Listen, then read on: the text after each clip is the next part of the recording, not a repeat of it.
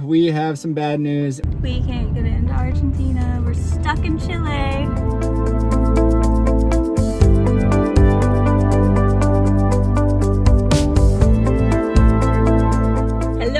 Hello. We are back. We are in Chile because we couldn't get into Argentina this afternoon. We tried to do our 7th border crossing between Chile and Argentina, and this was our first rejection, sadly, so now we are sitting at a gas station back in Chile.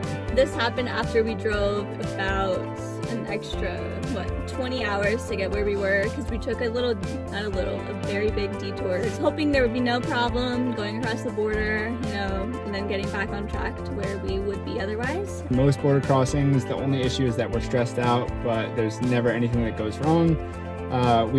For this one, we made it through Chile fine, and then in Argentina, we made it through the first step fine, and then we got to customs. We were on the last leg, and we just kind of knew there was a problem right away. Driving up to the border, I was like, this does not feel like border crossing day. I'm like, I'm not in the mood to cross the border. Like, I just had this weird gut feeling. And then this guy he had sucked. It out for us, and the second we went in there, I think he knew we weren't gonna get in, and he just typed away on his computer, and then he was just typing away, not saying a word to us. But he had this look on his eye, in his eye, and we just knew. A bunch of other people came in, and he told us to sit down. And he had all of our stuff, my passport, Yeah. all of our documents, everything. It's never good when you're going across the border and they tell you to sit down. Yeah. Every single person in this building speaks Spanish fluently except for Bri and I. And about probably 30 minutes later of just sitting there, Bri and I are exchanging notes. Bri says, what if they take our van and we have to hitchhike home? I was laughing because I thought, he's just typing out our TIP form. We're all good. And nope, that was not the case. A minute later, he waved to me over and he brought me behind the desk. There's a line of like 10 people to the left. Bri got up as well. He made her sit down. Yeah, he wouldn't let me come. And I went back there and he wrote an essay on Google Translate. It was very, very long. Most of it was lost in translation, but pretty much he was saying we could not take the car with a poder that was authorized by an apostille. There was nothing we could do about it. They either take the car, we go back to Chile, or pay a fine equal to the cost of the car, which is like all horrible options. And then he just told me to go sit back down, and we waited for like another 20 minutes. As he's just kind of spitting Spanish out at us, thinking that somehow miraculously we're gonna all of a sudden be fluent. Like, everyone in the place knew what he was saying but us. And it was kind of a really awkward and embarrassing situation because pretty much 15 or 20 people knew that we were getting denied entry before we knew. So, and no one really offered to, let us know what was going on or translate, which I wouldn't have gotten in the middle either. But it's a really crappy situation, and we are in Futaleufu, so... We're back. He gave us the documents, and I think he ended it with saying we can take the car or you can go back to Chile. So we said, all right, we'll go back.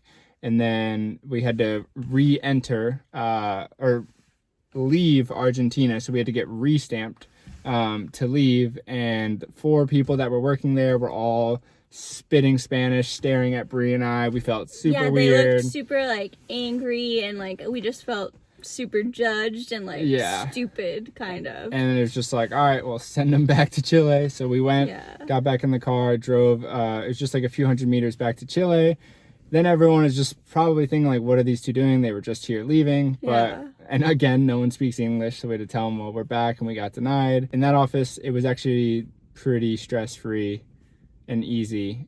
Just now we're back in Chile. I had in my head, are we going to be in, legal trouble, worst case scenario, best case scenario, we don't get in and we get to go somewhere else. But I don't know, we were worried and it was scary, and I feel like this was bound to happen, so lucky number 7. Yeah, lucky number 7. And now we are in Futaleufu. Our next destination is north, pretty much Mendoza. So now we either have to try another border crossing, which is south, and backtrack a few hours on really crappy dirt roads with really expensive gas, or we can try the northern route, which we would have to go on 3 or 4 ferries, which are very expensive, and I've heard some are closed. So we're not entirely sure what we're going to do right now, but the goal is to go north. We think the best option, we haven't gotten Wi-Fi yet, but it's probably going to be to backtrack south, which probably is going to add another 6 hours. Really embarrassing situation. Really ridiculous, because all of our papers are in order. We are driving legally. So pretty much if you're driving a car that is on a poder in South America, do not cross at this border. Yes, do not cross at this border. It sucks. You'll get denied. Yes, this is all very fresh in our minds. This happened 10 minutes ago. So. Yeah. So now we're gonna fill up the tank, spend another $100 on gas. We'll see you guys later. Sorry this isn't the most entertaining video, but it is the reality of van life. Sometimes it sucks and there's nothing to do about it. Yes, so. We'll see you guys later. See ya.